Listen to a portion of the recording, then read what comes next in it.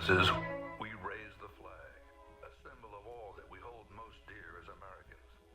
Courage, opportunity, democracy, freedom. They're the values and beliefs that built this country and still beat in our hearts. But they're under attack by an extreme movement that seeks to overturn elections, ban books, and eliminate a woman's right to choose. Joe Biden has made defending our basic freedoms the cause of his presidency.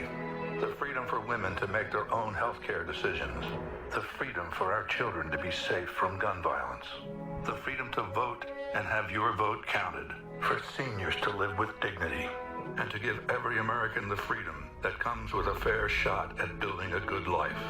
In small towns and big cities, we raise our heads, our eyes, our hearts for America, for the idea of this great country. Joe Biden is running for re-election to make certain that the sun will not set on this flag. The promise of American democracy will not break. Democracy must not be a partisan issue. It's an American issue. As your president, I will defend our democracy with every fiber of my being, and I'm asking every American to join me. For freedom, for democracy, for America, Joe Biden. I'm Joe Biden, and I approve this message. Joe Biden had the largest public investment in social infrastructure and environmental programs that is actually finishing what FDR started, that LBJ expanded on, and Joe Biden is attempting to complete. Programs to address education, medical care, urban problems, rural poverty, transportation, Medicare, Medicaid, labor unions. And he still is working on it.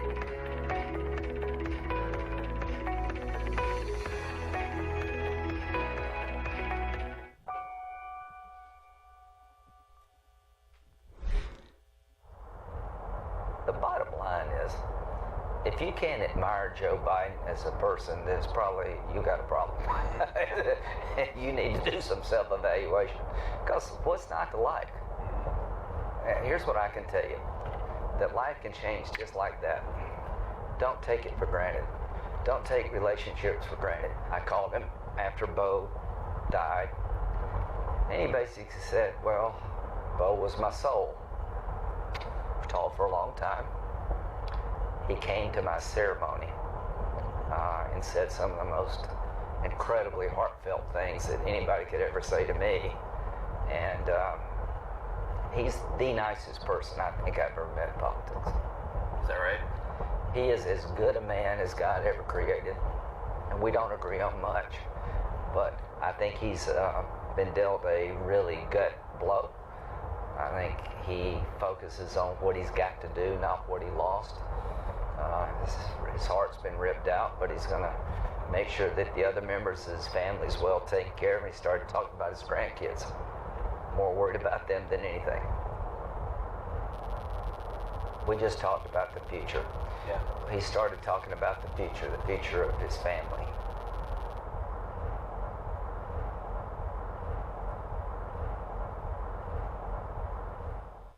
Pick up your copy of the Son of Man Speaks magazine today.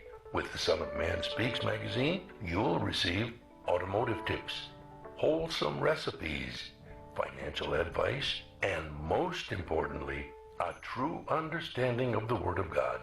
Get your copy of the Son of Man Speaks from these select locations. Sisters, Braid 2, 18070 Mount Elliott, the Shell Gas Station, 13110 West 7 Mile Road. To get a subscription, call 601-786-9788. That's 601-786-9788. The Son of Man Speaks magazine, dedicated to becoming free indeed.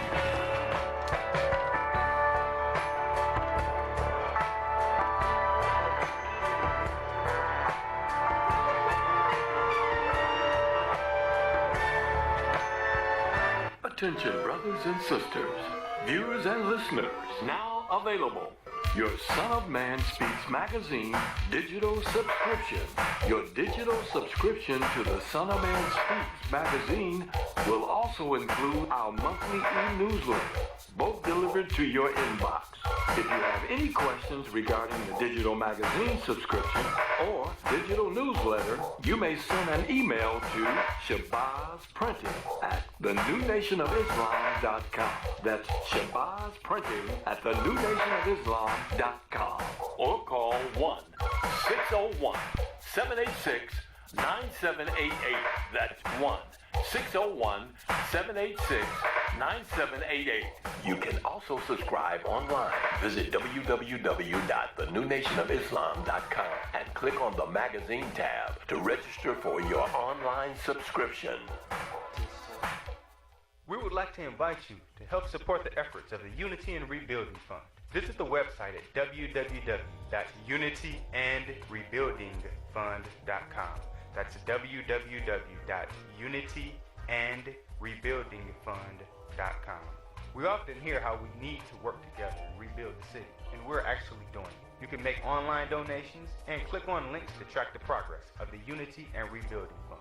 And for more information, 313-868-0000 is a local number. Again, 313-868-0000. Support the Unity and Rebuilding Fund. To make your online tithes, offerings, donations, gifts to the Son of Man through Cash App, make your payment to $New Nation of Islam. That's $New Nation of Islam. Or call 601-786-7056. 601-786-7056. Murray, out of the pocket. 7 seconds. 6 seconds. Murray hits the downfield. Oh, man, the power's out again. You have reached Quality Construction and Engineering, your #1 emergency generator source.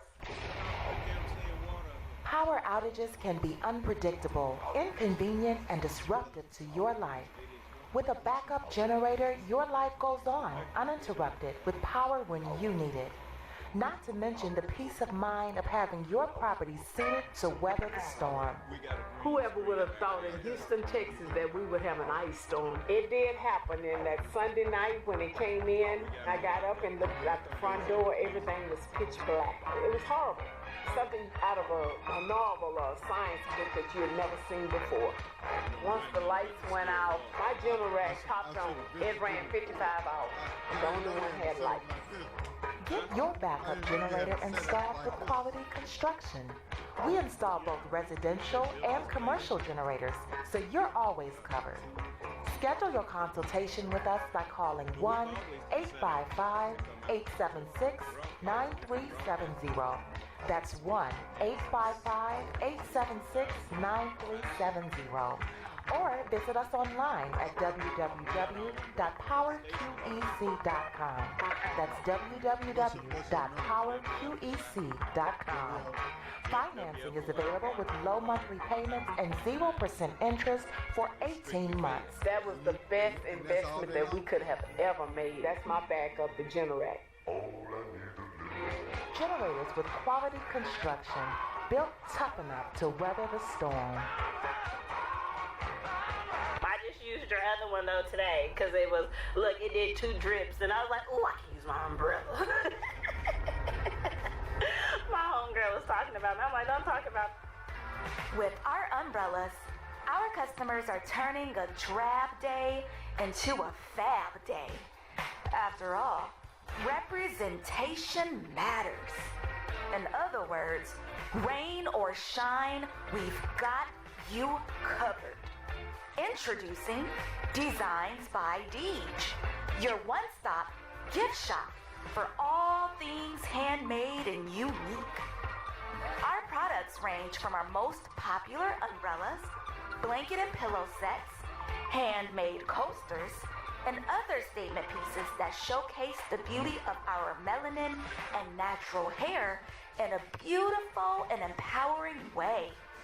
You can find our brand at the Sister Shop locations in New Jersey and Atlanta, Georgia, or you can visit our website, www.designsbydeej.com. Again, that's www.designsbydeej.com.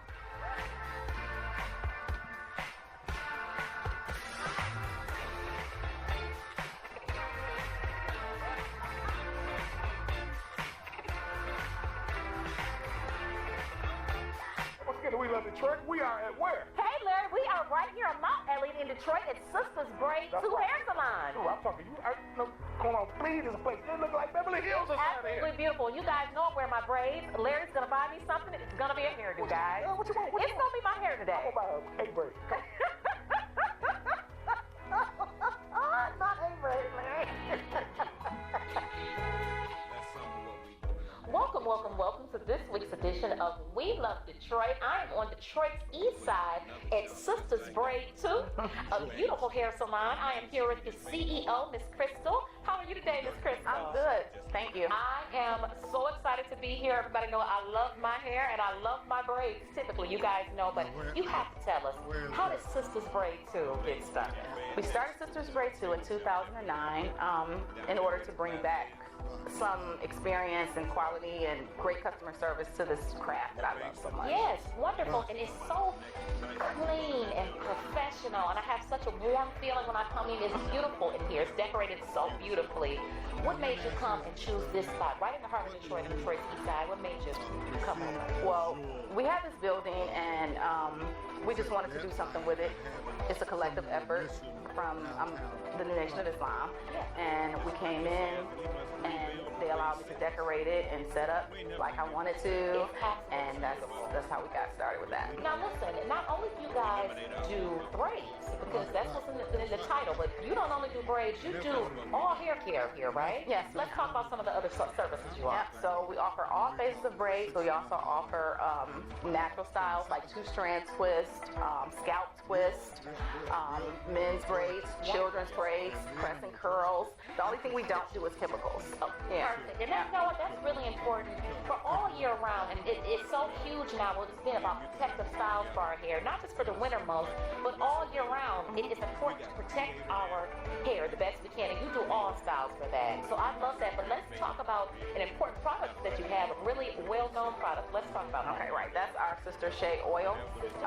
Yes, it's loaded with 10 to 12 great natural oils, aloe vera, shea butter, grapeseed oil, rosemary. So all those things that soothe the scalp while you're in braids, or even if you're not in braids, those things are going to hydrate those coils. I love it. And keep your hair healthy. And it's done really well, right? You've been on some really well-known shows, right? Yeah, we've been on Live in the D. We've been on Channel 7. We're featured in Small Business Saturdays. Fantastic. We have the Spirit of Detroit Award. Look, she's on the Spirit of Detroit Award. And now she's on Detroit Award. We love Detroit. Absolutely. Now she's come around. Yes. Absolutely. We just love it. Right here, Sisters Shea is the product. Sisters Braid 2 is the shop. When are you open, Crystal? We're open Tuesday through Saturday. We start as early as 8 a.m. We take our last appointment around 6 p.m. So appointments, because you want to make sure that you're being considerate of others' time. Yes. And because that's something that's very important to us. In order to give that comfortable quality service, we feel like the only way to go is by appointment. That's right. As soon as you get in, you're getting in the chair, you're getting service. My favorite. I will definitely be coming down. Exactly, my braids. You guys must too. It's beautiful in here. Over a decade of experience, wonderful customer service. It's so beautiful in here. I have to say again, right here on Detroit's east side on Mount Elliott, Sisters Braid 2. Yes. You have to come down. They got to come down and see us, right, Chris? Yes, absolutely. Because we love Detroit. Yes. Say we love Detroit. Yes. We love Detroit. One more time. We love Detroit. Hey, another show, Gingy. Larry, wasn't that so nice? It was so fascinating. You know, it's amazing what people can do when they put their mind to it. Absolutely, especially in this beauty industry. You guys have to make sure you come on down to Sisters Braid 2. It's a jewel in your own neighborhood. Larry didn't buy me a style today, but at least I got an appointment for next time. I gave you a smile. All the time. See you next week. SOS Graphic Design provides agency-quality professional graphic design services from established companies to startups and individuals, creating a simple logo to complete rebranding and delivering visual communication with print media. Everything SOS Graphic Design does has a single unifying objective: to set your business apart. We are at your service. Call 313-342-2166. That's 313-342-2166, or online at www.sosgraphicdesigns.com. The views and opinions expressed on the following show are not necessarily the views and opinions of WHPS, its affiliates, management, or sponsors.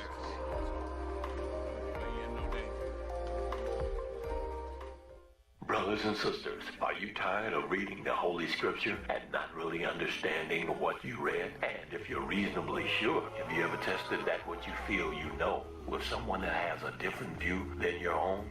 Then let's talk with one another. Then let's reason with one another on a Scriptural Discussion with the Son of Man every Wednesday at 9 p.m., Friday at 9 p.m., and Sunday at 12 noon.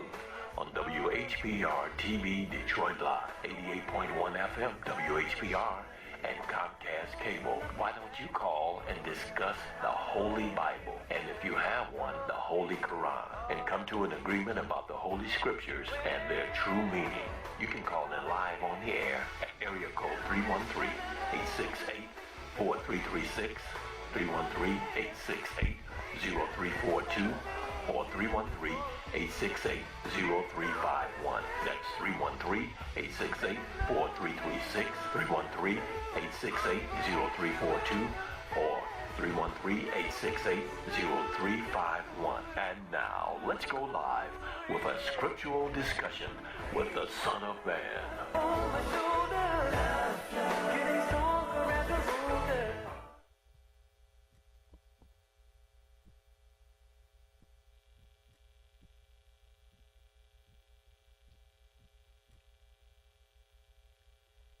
In the name of Allah, the Beneficent, the Most Merciful, the Truthful, and the Most Just. I greet all of you once again who are hungry and thirsty for the true understanding of the Word of God. I greet you all with the greeting words of peace. May Allah's Salam Alaikum. Brothers and sisters, we're going to do something a little different this evening, as we promised you yesterday. We have a guest. We told you we would bring on Senator Albert Butler. He's a state senator, and Senator Albert Butler is the Mississippi State Senator for District 37, and he is requesting our continued support.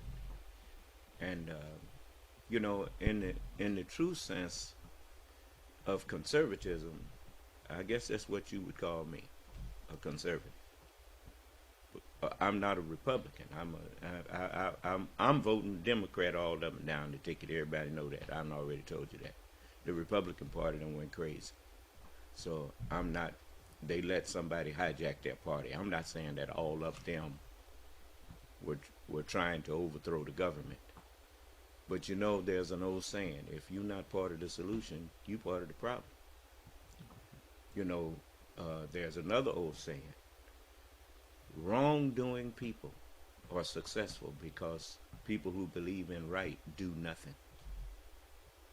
It's not enough when someone is attacking your country for you to stand on the sideline and say, well, I ain't in that, and I ain't you in it whether you like it or not. Because if they succeed in what they are doing, you don't have no Republican no more. And that's why Ben Franklin said, we have given you a republic, madam, if you can keep it. A coward can't keep nothing that he has, and a fool can't either. So, you may remember that this area was previously known as District 36.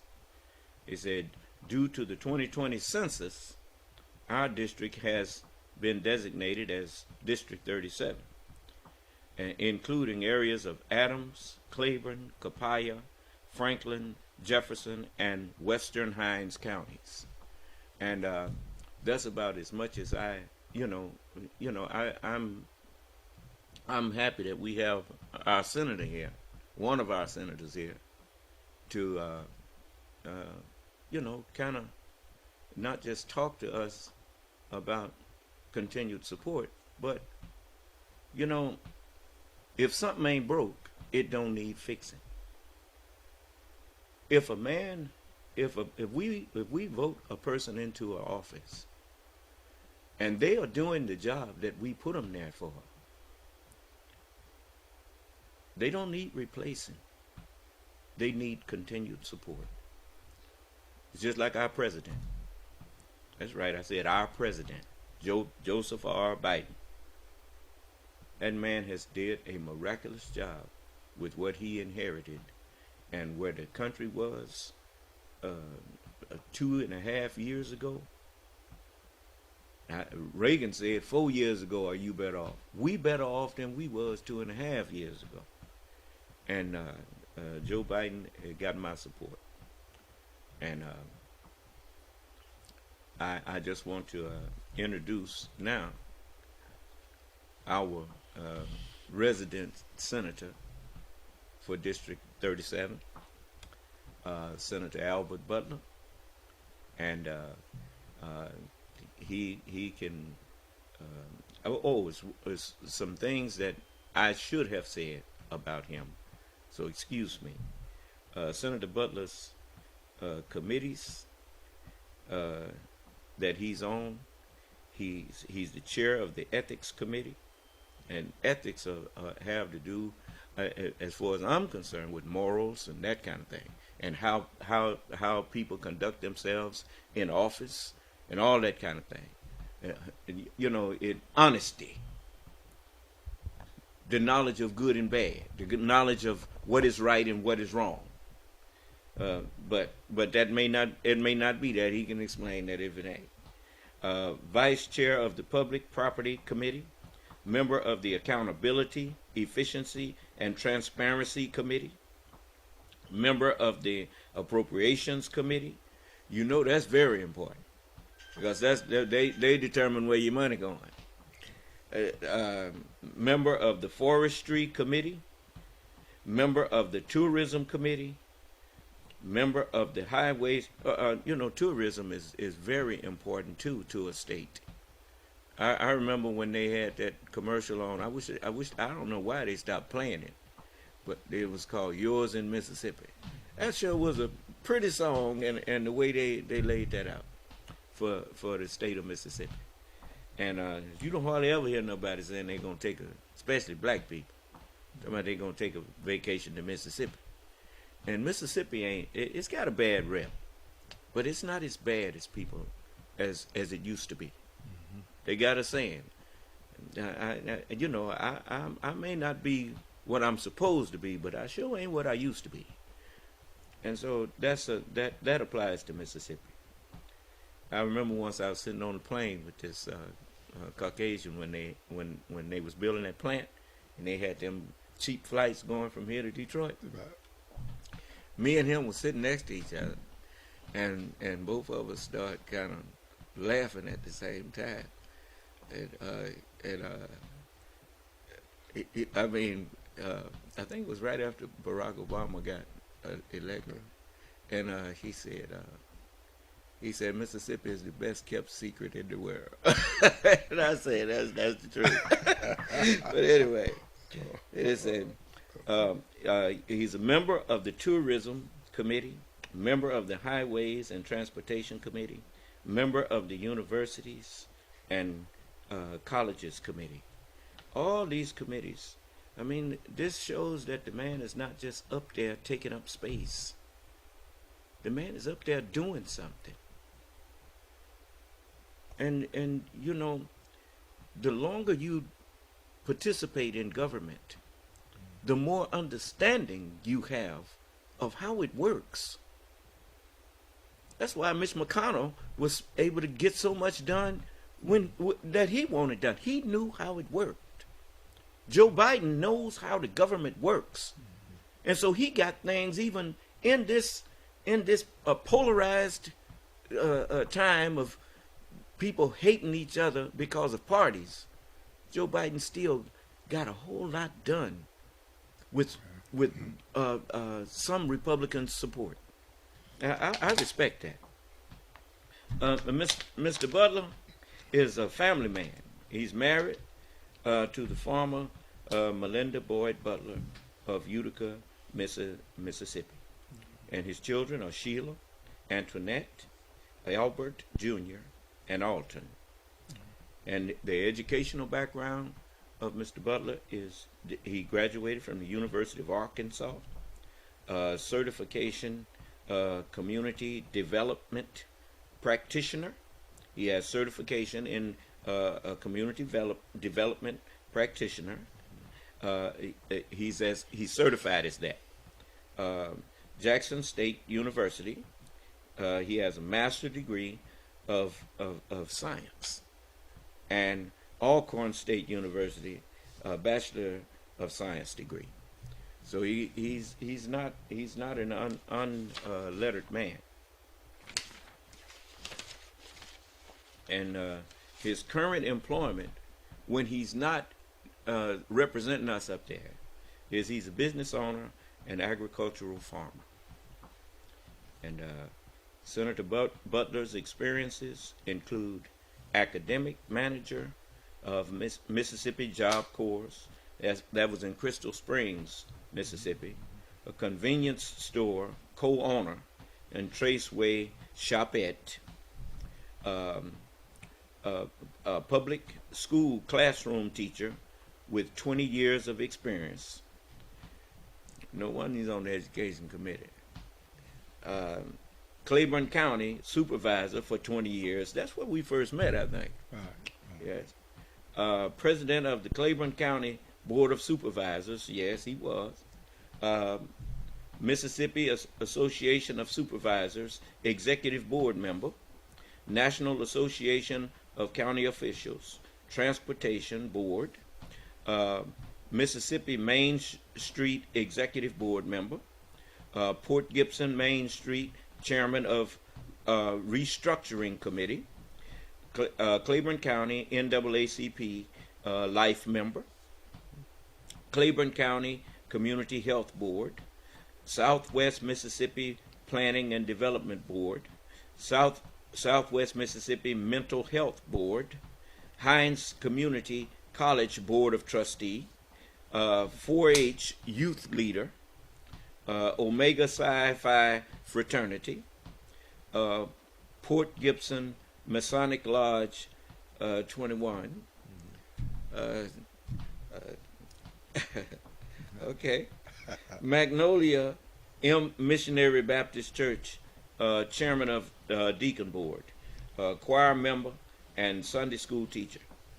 You know, George Washington said that above all of the habits that men have, the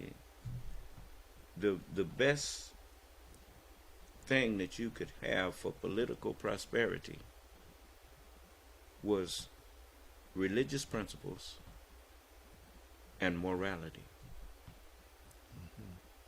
That you just couldn't be successful if you didn't, even though this government gives people the freedom to not be religious. That's a person's freedom. Mm-hmm. The Bible gives them that. The Holy Quran gives them that. Religion is not compulsory. But George Washington gave us some advice, and I believe it to this day.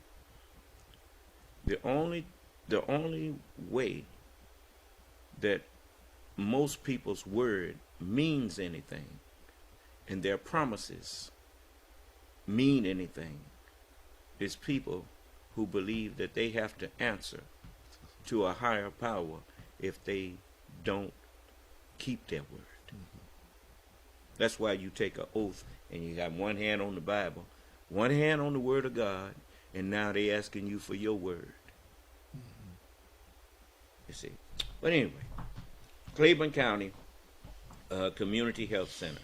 So you have some impressive credentials here, and which I respect.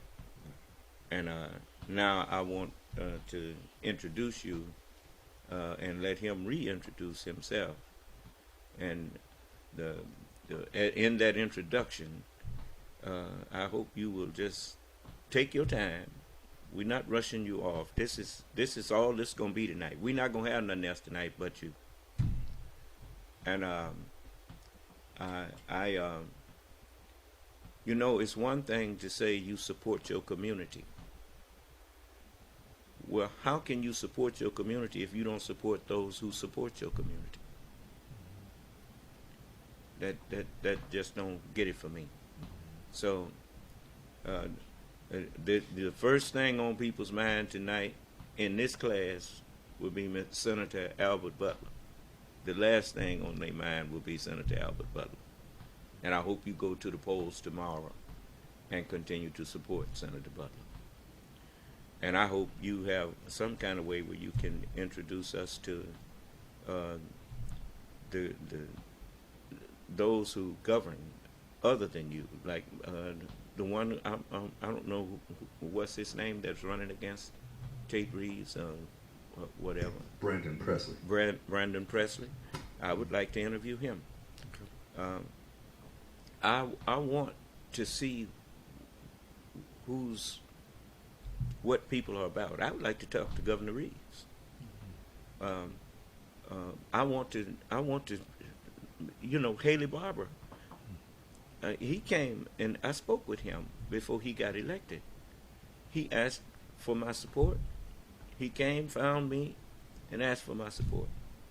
And when I told him he was the only one that asked, so I'm giving it. And he I told him all I ask is that you do right by my people. That's all. And I remember he pardoned all of those people that were in prison for all them long sentences and whatnot. And, you know, I thank him for his service. You know, I don't know if everybody was pleased with him, but I know you can't please everybody all of the time. I know that. You lucky if you can please half the people. But if you do what's right, you don't have to say I'm sorry. So, Senator Butler is now going to take over this microphone and just take your time and tell us what you've been doing and what you want to continue to do. Okay. Good afternoon. Good evening. Good evening. My name is Albert Butler, and I said to Jamal, son of man, you have to excuse the way that I'm dressed. Don't worry about it, brother. One of the things about it, I've been you out told us beating, you was a farmer. Right. And I've been out beating the bushes today, trying to convince people that I was the best choice for the 37th district of state of Mississippi. And, you know, I want to thank you for giving me an opportunity to come and address your audience. Yes. I am a lifelong member of Claiborne County, Mississippi, and I did spend some time in Chicago, and one of the things that did for me, it allowed me an opportunity to make some choices. I worked at Ford Motor Company, and I was on the production line, and I found out at that particular time that was not the position for me. Yes. You know, and so as a result of that, I came back to Mississippi, continued my education at Alcorn State University, knowing then that I did not want to go back and work in a factory. So as a result of that, I, you know, did better, and I've been here.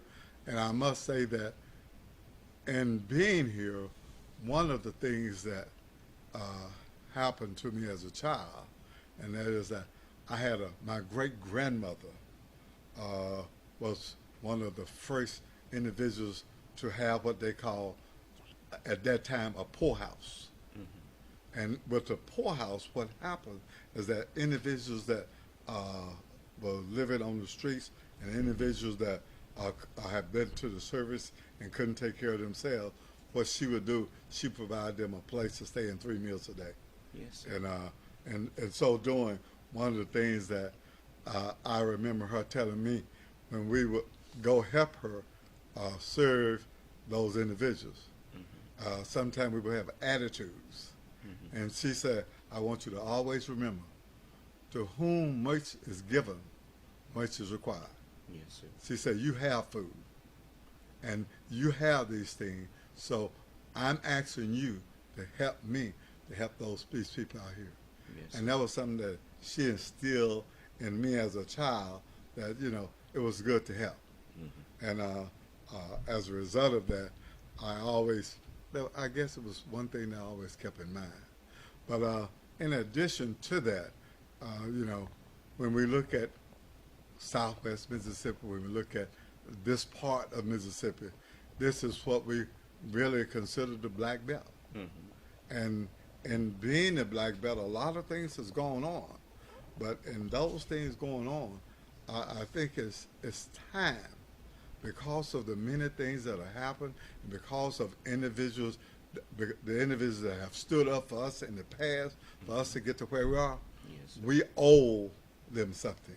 Yes, I often say to people that we got drunk at lunch.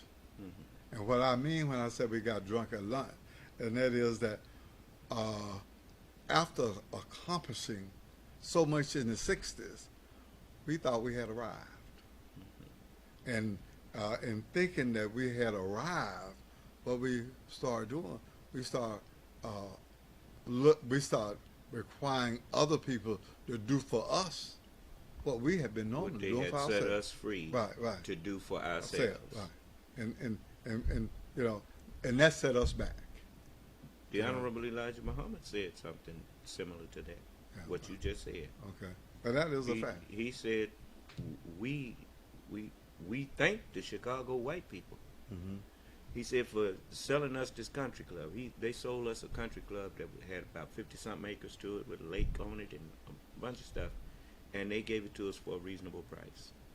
And he said, we thank them for putting us in such position where we could prove ourselves worthy of that position. In other words, don't get drunk at lunch. That's right.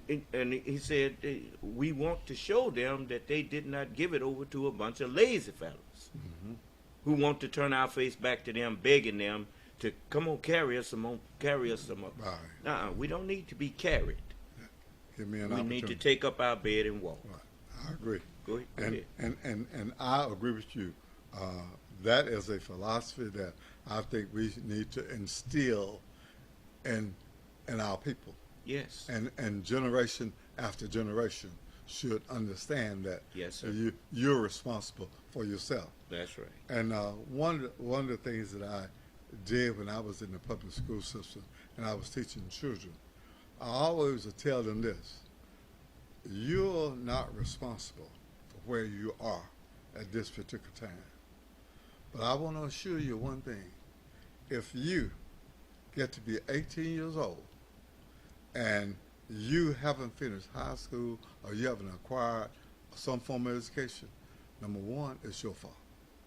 Because the opportunities that are available. Right. And you know, what we have to do, we have to take advantage of the opportunities we have. Some of them are very trying, but we have to remember that if you look back at your forefathers and our forefathers and things, they didn't have an opportunity to get to where we are. So, and you're not responsible for who your mother or your father might be. That's right. But you know one thing? You are responsible for anyone that you bring into this world. That's right. And that's a responsibility that's placed on you first and everything. Right. So, you know, those are things that I often say to children. Another thing that I don't want to take up all the time. I want you to feel free to talk to me.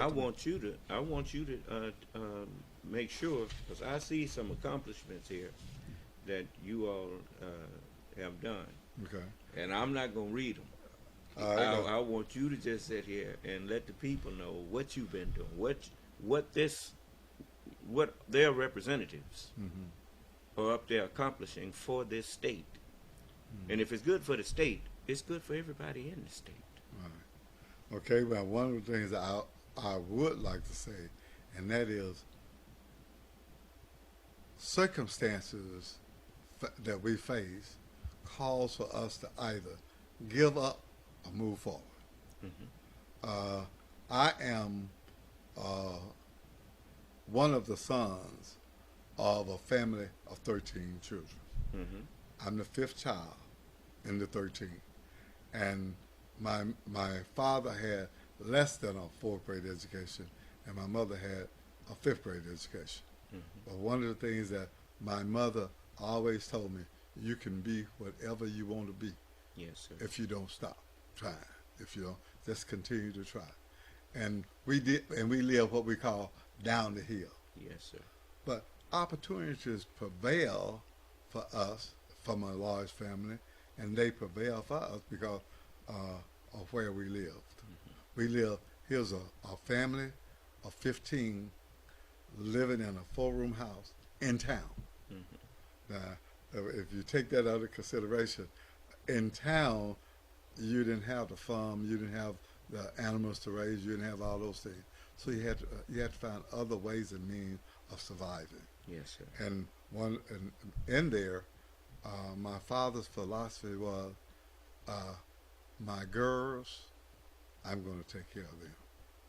But my boys, you're going to have to learn how to take care of yourself and assist in taking care of your sisters and everything. So in there, don't come asking me for money that you can make for yourself and everything. And that was another value. I might have looked at it as being bad at that particular time, but there was a value in there, and that is learn to become independent and everything. And we did that. Now tell us some of the things that the Senate has done for the state that the people may not be, like that. How much of that, like the infrastructure and all of those type of things? Now, and I'm getting to that, and Mm-hmm. the reason I was going around the world to get to that was because as a supervisor, mm-hmm. when I left the classroom and I ran for county supervisor, mm-hmm. if you follow my track record, I said that I want to be a part of making my community a better place to live, providing a better quality of life for people in my community. Yes, that sir. was my objective in running for supervisor. Yes, sir. As a supervisor, you read some of the things that I participated in, and participating in those things, it was not black or white. It was Mm-hmm. values that we needed to instill in our community. Yes, sir. And move our community forward. Yes, sir. And from there, I was able to then move from a county supervisor to state legislature. Mm-hmm. And in there, it's ironic in moving to that, my goals and objectives was the same. Mm-hmm. I felt that I had achieved a level, maybe a little above the understanding of some of the individuals that I work with every day. Mm-hmm. And in there, I saw the need for economic development in a different way. Yes, sir. And that economic development is trying to do things to keep people in your community and to enhance the quality of life for everybody in the community. And at that time, all of us didn't embrace that concept. Mm-hmm. So as a result of that, I tell people I was de-elected. I did fit in. But after being de-elected and going to what we call the Mississippi Job Corps Center, mm-hmm. I worked at the Mississippi Job Corps Center, and my job there was to, as an academic manager, was to make sure that the student had their GED, high school diploma, and or their basic educational qualities, yes, so to speak. And so in there, they had to have the driver's license, mm-hmm. and they had to have a skill. So my job was to make sure they had those 4 things before going out, because in having those 4 things, they could get a job, yes, and they sir. could become independent. Well, I had to mention that because those students were the ones that inspired me to run for the Senate seat. Mm-hmm. And in running for the Senate seat, I lost the first time. And as a result of losing, the next time an opportunity prevailed, many of those students were out in the work world. And they said, they told me that they're going to help me because I helped them. And that's how I became the senator. Now, in becoming the senator, I had my idea of what was needed to move our community. And one was to improve our education system.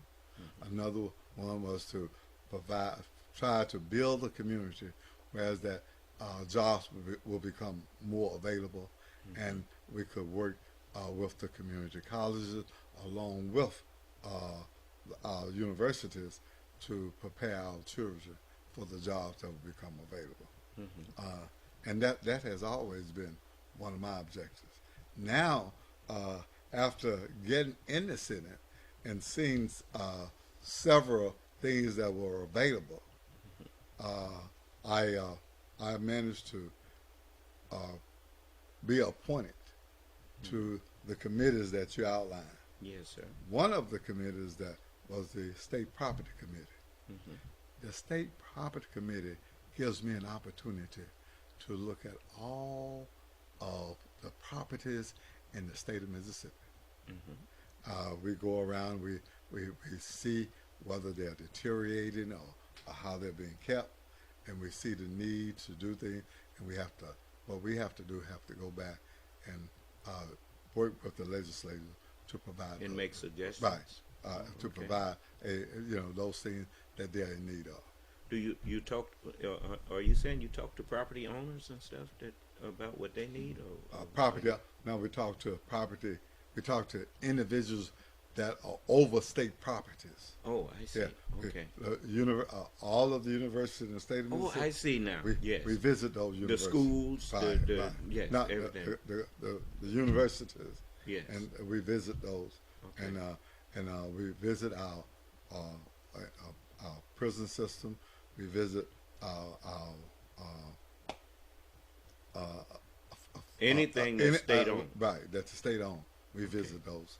And we come back and we work to get monies to help to provide the service that are needed. To either maintain or make it better. Right. Okay. That's one of the things that we're responsible for doing. Yeah. And it takes time to get on a committee like that. Okay. But I tell people I've been blessed to be able to see those things, and then I can better see some of the things that we need in our community to improve our community. State-owned facilities. Right. Yes. And everything. And that's one of my responsibilities. Another thing too is that we have to remember that at the same time we are a minority in the House of Representatives and a minority in the Senate. Okay. But one of our responsibilities is to try and get something for if I represent 6th district, to try for your constituents. Right, for my Yes, constituents. And so we work toward doing those things, and I have learned to work across the aisle to try to negotiate for my community. Sometimes it might be someone might feel that I shouldn't be supportive of certain things, and because it's not beneficial to them. But if it's beneficial to my community and my community can advance as a result of it, I have to support what is in the best interest of my community. So I do that. And you mentioned yourself about tourism, and we are in the cradle, so to speak, of civilization in the state of Mississippi, because everything started in this area. Yes, sir. So we have history, and in addition to having history, we have so many individuals that have given their lives to get to where we are. And, you know, these things are things that we need to remember. Yes, sir. You know, so we do those things. So tourism is one of the one of the committees that serve to advertise the state of Mississippi, and as you said earlier, expose our state and allow individuals to come in and have an opportunity to just see what our state is like, rather than hearing it from someone. Especially when the history of Mississippi and what it is now, it's not perfect. That's right. But it's not what it used to be. No, sir. I think so. You know, so those are some of the things that we're responsible for doing, and with appropriations, as you said, that's the money committee, and one of our responsibilities is to try to get monies to help our communities to grow. Yes. But now one of the things that we are responsible for doing is working with your local community to get your board of supervisors, your mayor, and board of aldermen, work with them to help them to better their community. We are working with the mayor of Fayette. Yes, that young man, he's trying to do something. He really is. I have to give Mayor Enos his dues, bro. We're working with him. He has constantly been working to improve the quality of water in this area. And I must say that we have had. We got a water tower now. Right. Yes. Not only that, you have some other things that are coming as a result of that. Yes, you know, and everything. And we work well together on that. He in the technical area, he's very smart. Yes, and in there, hopefully we will be able to work with Mayor Enoch and several other individuals in our community to come up with a solution for broadband. Yes, sir. And everything. Well, I heard about that. We've been announcing some of that on here. Brother Jamar and Brother Michael had told us that 1.2. Right. What? How much is it? Let me get that exact number. 1 second, sir. Okay. But one of the things that I can say, and that is that really and truly, I believe that we can work with the state to get a piece of the pie and develop a system that will service many of these areas around here, and make sure that broadband is in our public schools available to our communities. Yes, sir. And everything, and it will not be directly from the state. It'll be from us pulling together and using our talents to develop a better system. Yes, sir. And everything. And that's one of the things that we're working on now. Yes, sir. Okay. And you got it? You got that information? Yes, sir. It is $1.2 billion for the state of Mississippi. Yeah. 1.2 billion for the state of Mississippi. Yes. And all we want is a piece of the pie. Just a piece of it. Yeah. And we'll be moving towards that. Okay. Another thing too in there that we know that the affordable health plan was not approved. But one of the things that we are doing right now is it wasn't approved in Mississippi. In Mississippi, right? Okay. In the state of Mississippi. All right. They turned it down. Right. But we did manage to get them to, because of our rural hospital, things of this nature, we did manage to get them to agree to take money from other sources and put it in the health plan to keep the local hospitals afloat. And in there, we are hoping that when we go back in session for 23-24, we will either accept health care plan or we'll come up with ways and means of providing health care for our citizens and everything. That's another That's something you need up there plugging for. Right. We're working hard to make sure. I mean, we got to have. It wouldn't even be brought up if we didn't have somebody like yourself and others up there to ask him, why not? Why not? I mean, it's time now that we put aside pettiness and live up to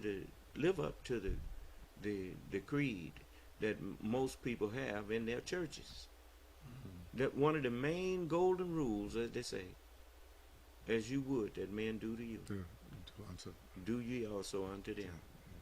That's why Ted Kennedy said, well, every senator, every person in this country should have the same health care available to them as every politician does. Yes, sir. I agree.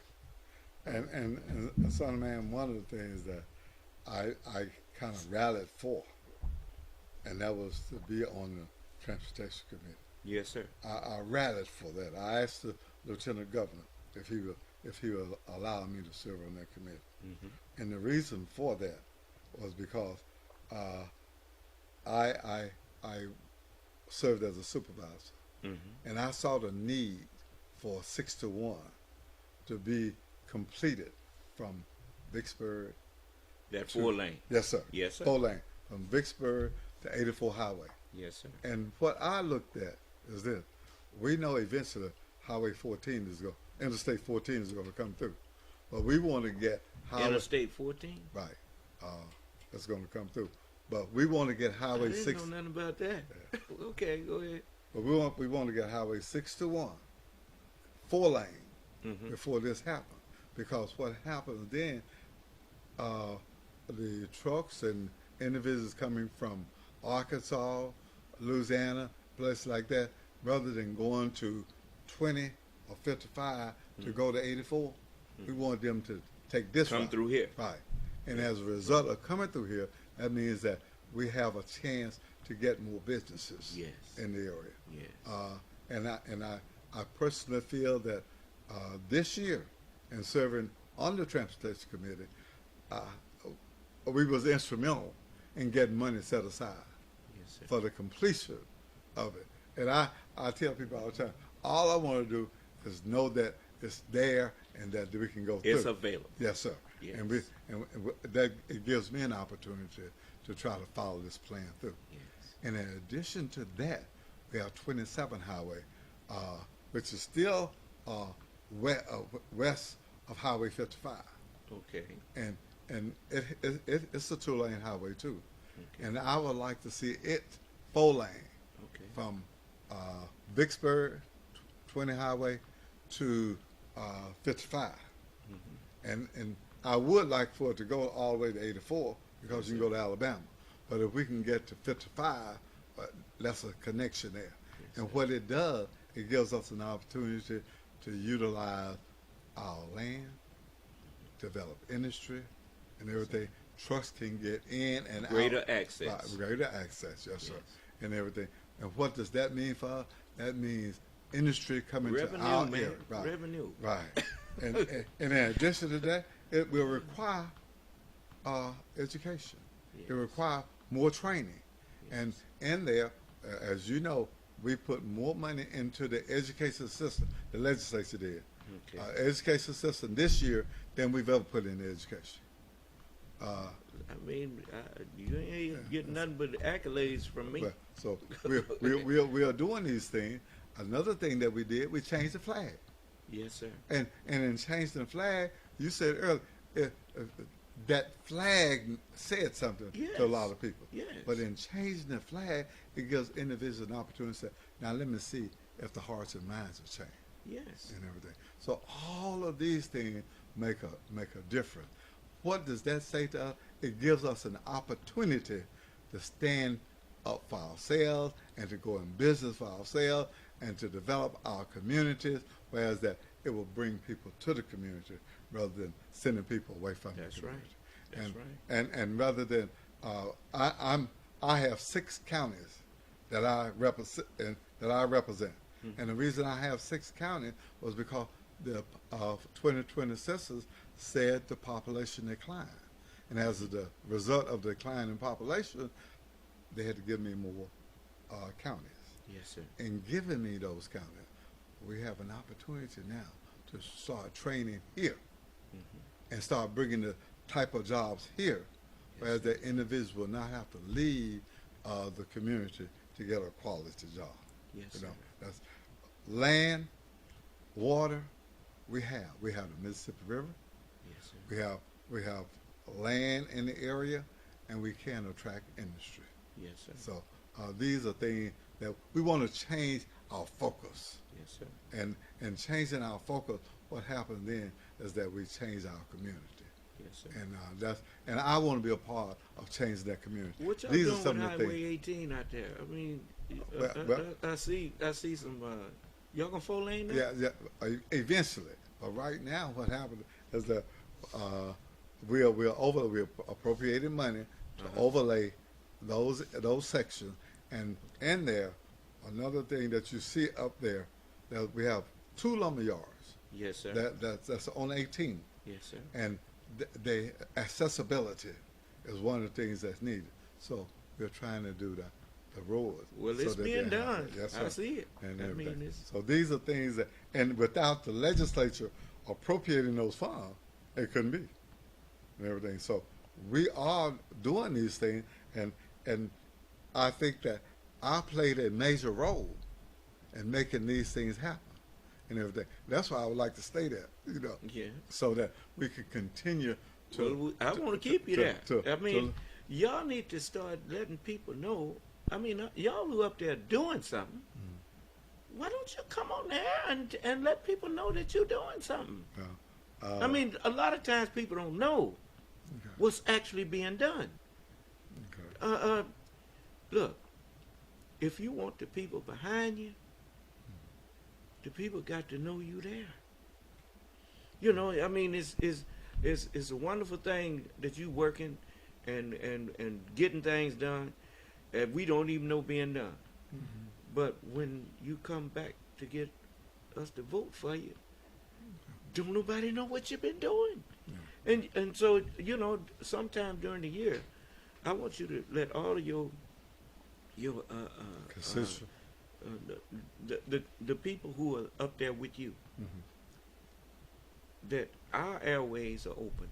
Whenever y'all, we will make allowance for you to come in and be transparent about what y'all are accomplishing for the state of Mississippi. Well, one of the things that I will say to you tonight, and that is that I will approach the minority caucus first. Yes. About, if not all, sending a group of us down to talk about what we are doing in the legislature and how we need you all support to try to make certain things happen. It's open to you. We have something that I'm saying on the air. Yes. And I want you to hold me accountable. All right. For that. You know I will. Okay. You know I will. Because these are the type of things that will help our community to grow. It's not about one individual. That's it's right. about giving individuals an opportunity to take care of themselves. Yes, sir. And everything. And that's what those are some of the things that we are about in there. And also, you know, I serve on forestry, and individuals are not aware of the timber that we have in our area, and how the individuals come in and evaluate that timber and come in to purchase it, and what it could mean economically to our area. So those are things that I know would be beneficial to our community. And one of the things I have to say, and that is that some people don't understand the value of these things, and so they think you're not doing anything. And one of the things that I do know, and that is that we need some form of meal to be able to market the timber that's left in the woods. Yes, sir. We have so much timber left in the woods. Did Mr. Sutherland and them close that mill down in Fayette? Is that mill still open? I know Mr. Paul Sutherland. Yes. Some of the, you know him, right? I know him well. Well, don't they have a mill right there in Fayette? Right, they have a mill in Fayette, but what you need, you need a mill that we call a chipper mill. Chipper mill. So you can take waste, the waste wood, and compress that waste wood, and market it. Okay. And see, that's one of the things that we hadn't been able to do. But I'm working. That's why I want 27 to be 4-lane to 55. Yes. Because then what happened? We have a central location to put a mill of that size. Okay. And then what happened is that individuals in these areas will be able to carry their wood, their waste wood, to the chipper mill. Yes. And a market and develop a market. Yeah, because they make that compressed particle board and all of that stuff out of chips. Chipboard. And, So that's one of my dreams to see that utilized. Okay, so those are some of the things that we're working on in the state, even when individuals that we are working with might look out for themselves first. We still try to find ways and means of negotiating with them so that we can get something that will benefit our communities as well. And another thing that I look at, and that is when we start talking about 20 highway and start talking about 6 to 1, and you look at the industries that could have. We have the Mississippi River, and that with that Mississippi River, we could have expanding industries in Vicksburg. We have in Natchez, we have a port. So those are two major ports that we have that we could utilize for industrial development. Yes, sir. And everything. And what it would do, it would give us an opportunity to provide more things to keep our children out of devilment, to recreational activities. We could develop recreational activities. Because we have funds coming our way, and the more funds we have in our area to increase our tax base, the greater our chances are of providing a better quality of life for everybody. So those are some of the things that we have been working on, and I can say to you and to this audience, and that is our objective is to bring people from other states to our state. Yes. Right. And let them know that we have the land, we have the resources to help their countries to grow. And being on the State Property Committee, I've had a chance to see some of the things that Alcorn is doing in the area of agriculture that really and truly could help this area to grow with the in raising crops and things of this nature. I also have been able to see Mississippi State University go to California, visit California, and look at some of the things that they are doing in the Sacramento Valley, and said, let me provide some of those things for you down here, and I can provide them for you because of the resources that we have. Yes, sir. And we're all of those. We're exposing our state, and then I'm blessed because I have a chance to hear it. Yes. And bring it back to my community. Yes, sir. So those are some of the things that we are doing, and hopefully it will show in this next legislative period. And one of the things I think that we have to always remember, son of man, and that is that it doesn't matter who's in charge. We still have an obligation. That's right. And that obligation is to try to provide get something done. Right, and everything. So we can't cry about or just talk about who's in charge. We got to talk about what we're going to do while they're in charge. There you go. And what's being done while whoever's in charge. That's it. And if ain't nothing being done, then the people need to know that. Yes, sir. And if something is being done, it don't make no difference who's doing it. If it's a positive thing, give them credit. Okay. So I will assure you that we are working on those things. And as long as I serve as your senator in the state of Mississippi, my focus is developing our area. Yes, developing our area to a level where the individuals will take on the responsibility that they should have taken on some time ago. Yes, sir. We have to understand that we have a responsibility. Yes, sir. And that is to go on and try to provide for ourselves. Well, you know, I'm a firm believer in that, brother. So, you know, and as long as I serve in the legislature, those are some of the things I'll be working toward. Yeah, well. Okay.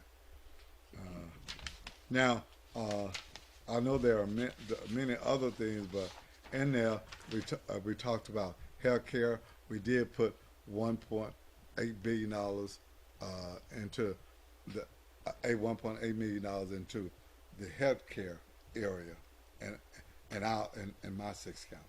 Okay. You know, so that's 1.8 million in there, and this is just to keep our health care going until we find another method and everything. So our rural hospitals will have some dollars that they can apply for to keep them afloat. I see. And everything, and that was done through negotiation. Yes, sir. You know, and everything. Okay. As I said, with our education, we do know that because of our children that has gotten lost and because of the many health problems that they have, there's a great need to provide more resources in education to provide for those children that has been exposed to various ailments that has to be taken care of by doctors and by special education. Yes, sir. And we provided for that. Those are some other things that. What about the teachers' salaries? The teacher salary has gone up. Now, what happened is that the Senate voted to fully fund MAEP, but the Mississippi Education System. Okay. In that they voted to fully fund. I ain't familiar with all of them. But that's all right. The Mississippi Educational System. Right. Okay. But what happened is that the House didn't agree to fully fund it. But one of the things that we did, we put money in there, whereas that they will be a little above the national average. So they did compromise a little and give the teachers a raise. Right, that did. Not as much as y'all wanted. Right. Not only the teachers, but the other workers as well. Okay. Yeah, money was provided for them as well. Very good. Right. So that has been done. Everything. So that's it. Another thing too. Well, fire protection. Yes. We put money in for fire protection. We have been able to match some of the grants that the federal government have provided, and under the Biden administration, quite a bit of money was provided for fire protection, but it had to be some matching funds, and we was able to match some of those funds. So water, fire protection, things of this nature, because of what the federal government has done, we have worked with them and tried to get our counties to improve on the quality of water that they have. Now, and in addition to that, low interest loans has been made available for them as well. So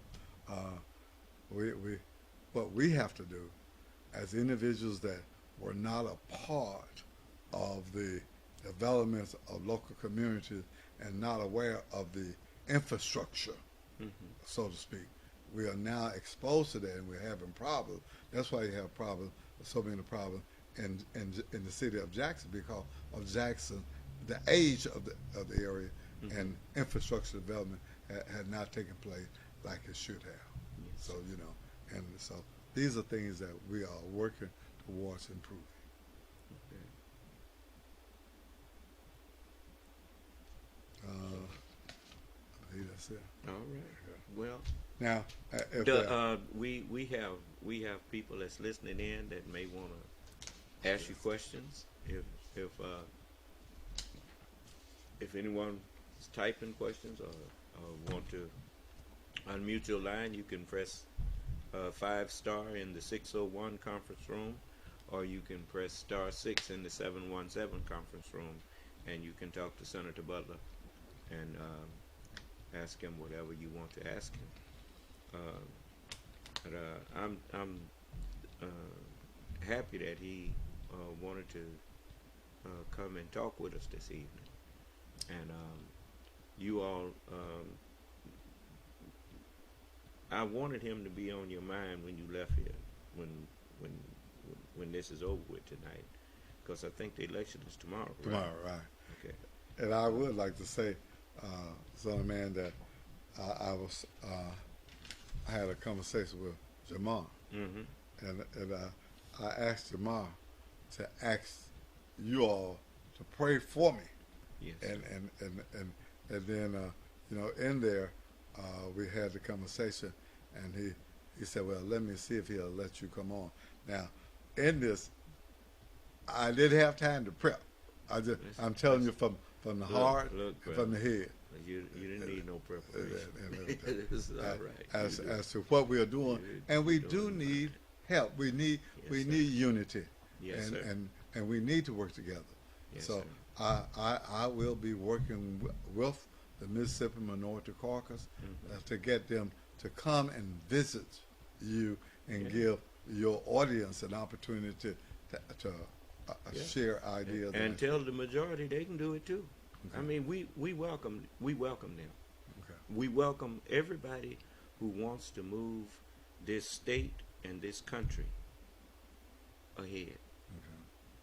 Okay. I didn't used to pay no attention to politics, and actually I didn't start paying real attention to politics until I saw the United States elect a black man for their president. And I had to rethink my whole thing, brother. There's an opportunity. I say, what? You fuss and you go on because you say people hate you and people done did you wrong and they done did this. And now the people trying to show you respect, and you still ain't interested in learning something about it. And when I looked at that. When I look at the preamble to the Constitution, I could see and hear the Word of God in there, the hand of God in that. It is if things are going to get better on earth, people are going to have to make it better. The Honorable Elijah Muhammad taught me this. He said there is no good place and there is no bad place. The people in a place make it a good place or a bad place. The Constitution, the preamble to it starts off with the words, we the people.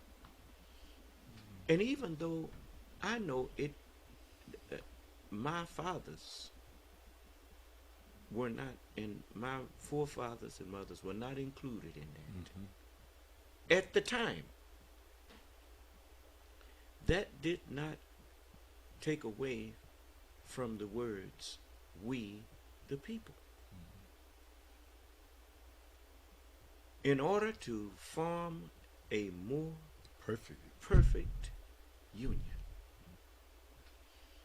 And if you look at the history of this country, everybody that's truthful, in spite of all of the wrongs that's been done, and it's still being done, you have to look at the history and you can see that it's moving towards a more complete union.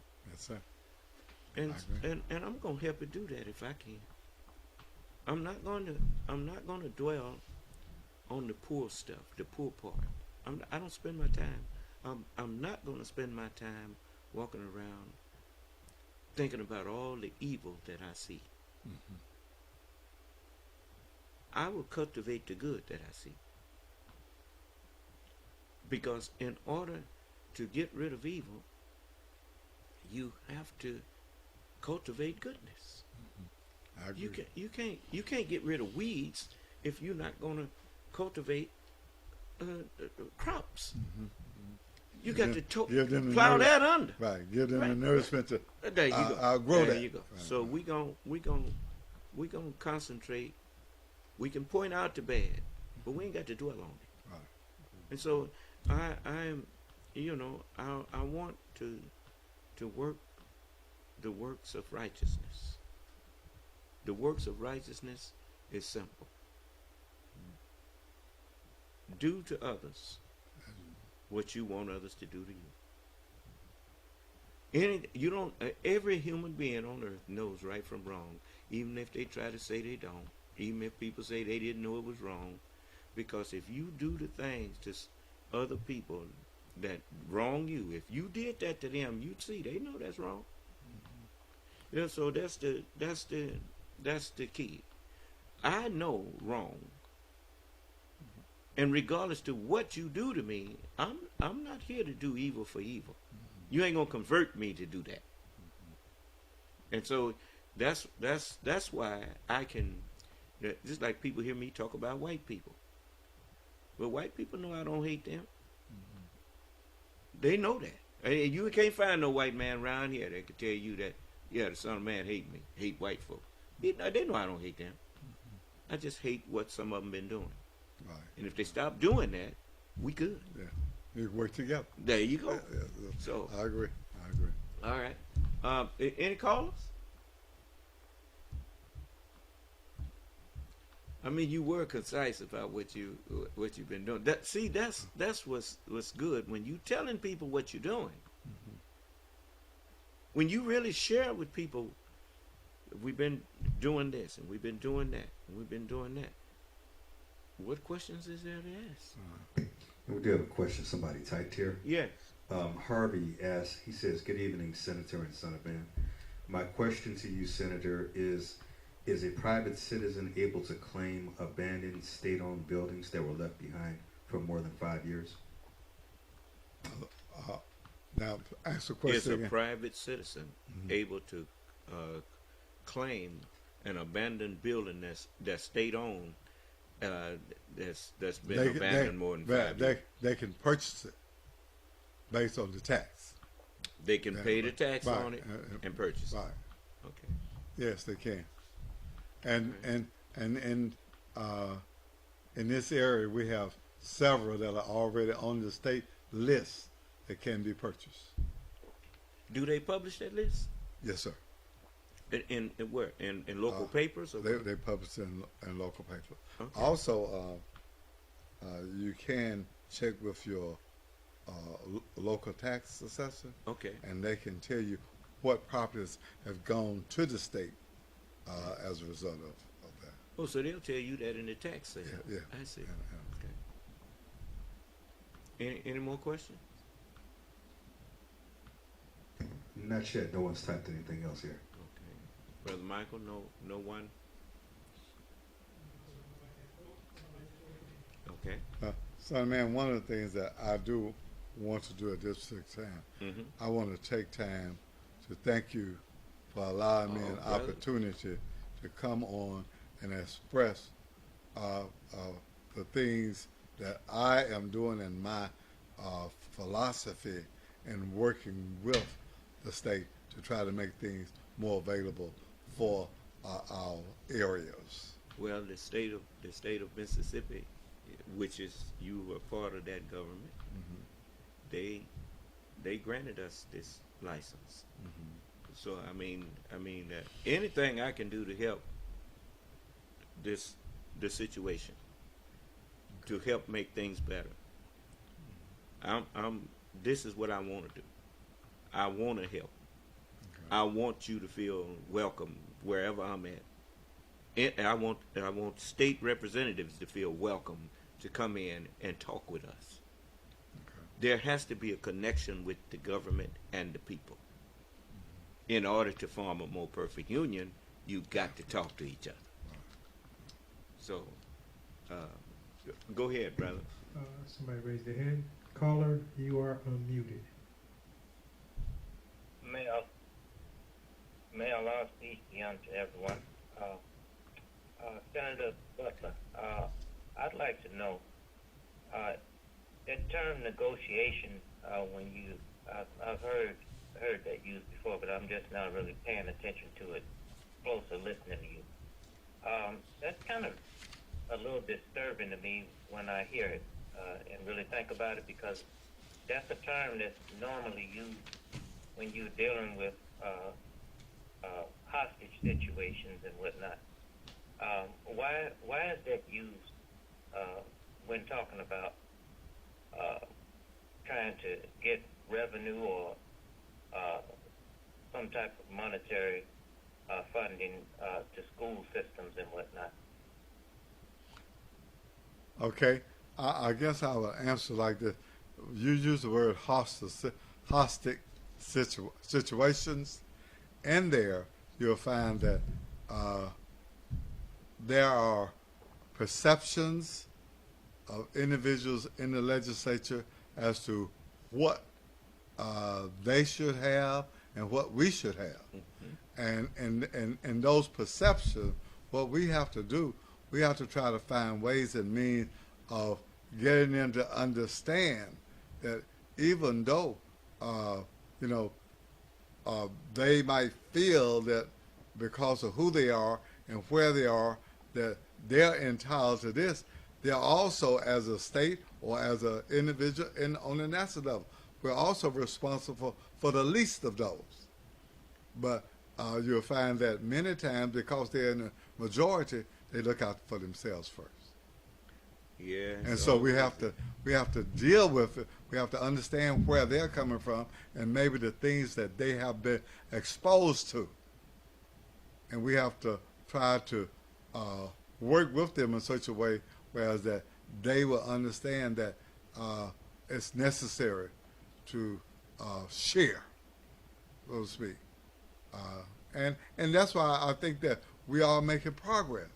Because if you look at the way things have been in the state of Mississippi and the things that we have managed, even with our education system, our health system, and things of this nature, we have made progress. But we have to continue to work on,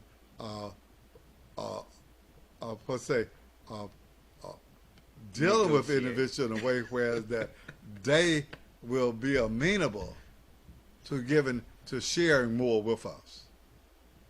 You definitely got to negotiate. Environmental difference environment make a difference as well. And we've been without for so long, and we have to encourage them to give us an opportunity to stand up for ourselves. That's right. Yes, sir. Thank you. Mm-hmm. Anyone else? No one else has their hand raised, sir. And I would like to say this, as Son of Man indicated, all are not hostile, but you'll find that there's a majority. and in being a majority, we're the minority, and we have to really try to work to one individual at a time until there's enough to help us to stand on our own.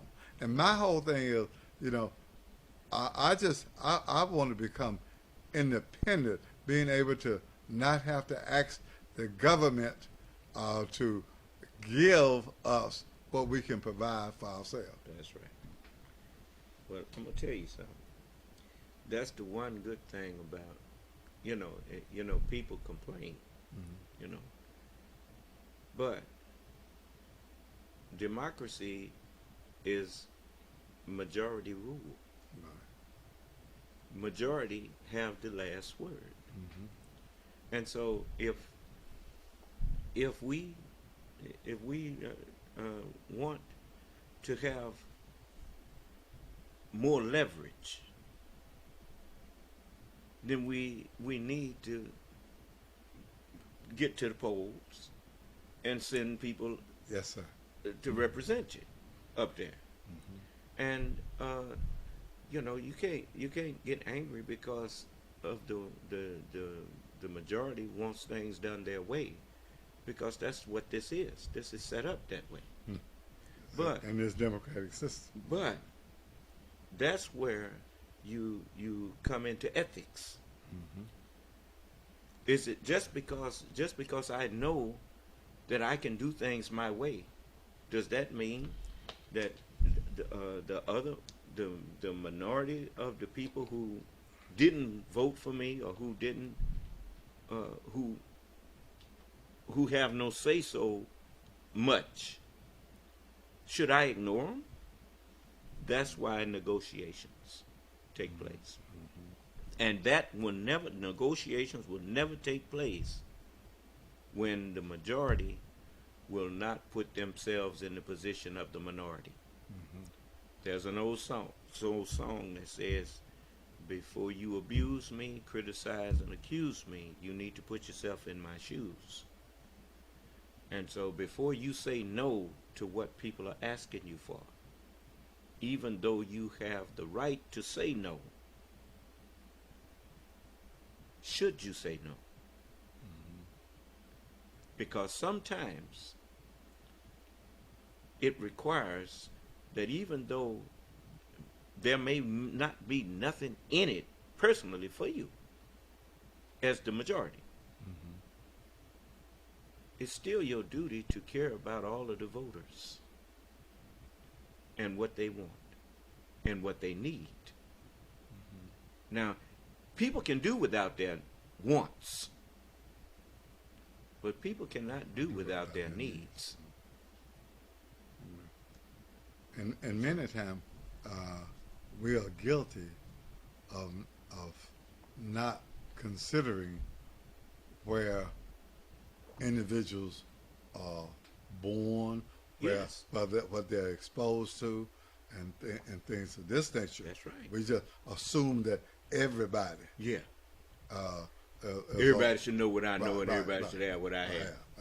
And don't work like that. And we have to stop that. Another thing that I have to say too, and that is that we have made improvements in mental illness and taking care of the mental ill at this stage. And we're working to put more funds into that area now, because we have so many people, have so many families that have individuals that, because of the different conflicts that are taking place in the military, and they've gone and they come back, and they're really confused, and they need medical care. And you know, in the past we hadn't been giving them that. Individuals coming from Vietnam, and that was in the Vietnam. I'm one of them. Okay. I had some issues when I got back. Right. And many times we don't realize that until it's too late. And I have people that call me and say, "Well, Senator Butler, I have this. You know, my son is here, and I have to take care of him. But there are times when I can't get him to take his medication and things of this nature, and then things happen to cause me to be afraid of him, and then we have no place to carry him, and so we're going to have to look at providing places other than the county jail to house the mentally ill until we can, get them adjusted, so to speak, and everything. So we are making progress there. So. The FDA, I didn't fully appreciate what that was, what it really is, But the Food and Drug Administration has a heavy job. Yeah. And, you know, when you got people that's more interested in money and what they can make instead of the health of the American people, you need a FDA. Yeah, yeah. And so, you know, I just hope everybody in this country wakes up. Everybody. And when I say wake up, I mean be willing to accept the truth even if the truth is against you. Mm-hmm. Be willing to accept it and change if the truth demands that you change. That's and right. you know, that go for me and anybody else. You know, this. Well, I can say this, son of man, and to the audience. I will continue to work on the local level and on the state level to provide the funds necessary to improve our area. As I said earlier, infrastructure development is a key thing because infrastructure development can lead to economic development. Yes, sir. And we need that.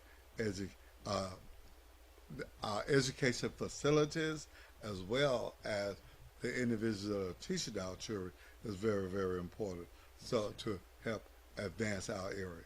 So not only are we working to provide money for teachers, but if you look at these areas, our school system, our school facility facade are in such a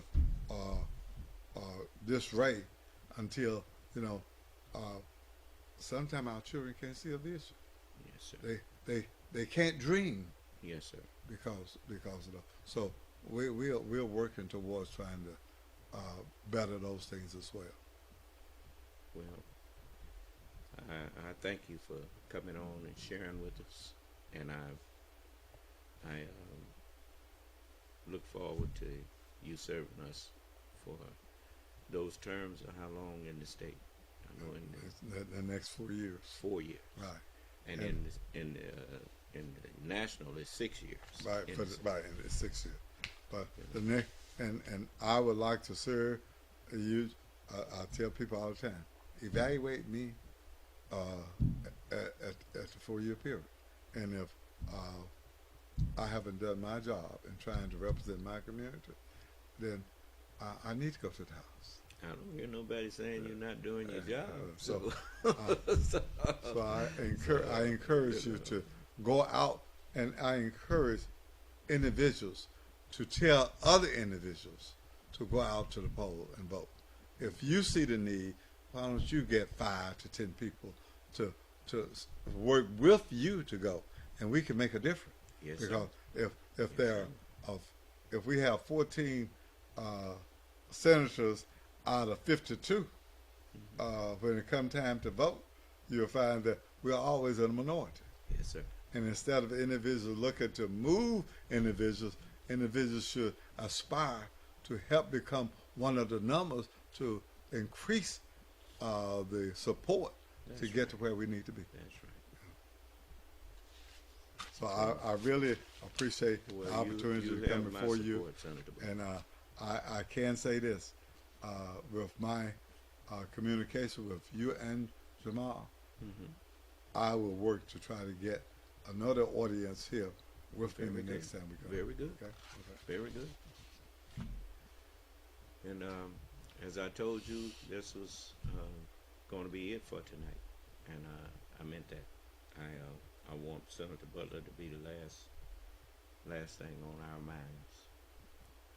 So when you get up in the morning, get to the polls and support our senator. Thank you very much. Senator Butler, you have any more you want to say to the? I would just like to say to the listening audience that in this, a change has to come. And I encourage you to be a part of that positive change that we are trying to bring about in the state of Mississippi. And one of the major ways that you can be a part of that positive change is to go out and vote and encourage others to participate in the governmental system. And when I say participate, it's not all the time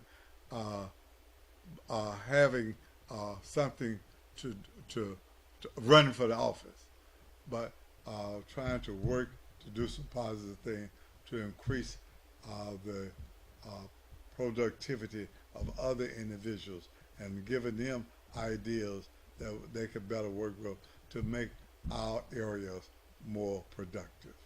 Thank you very much for listening. May Allah bless us all and keep us safe and in our right minds, and make us successful in all the good that we want to do. May Allah's Assalamu alaikum. This session is no longer being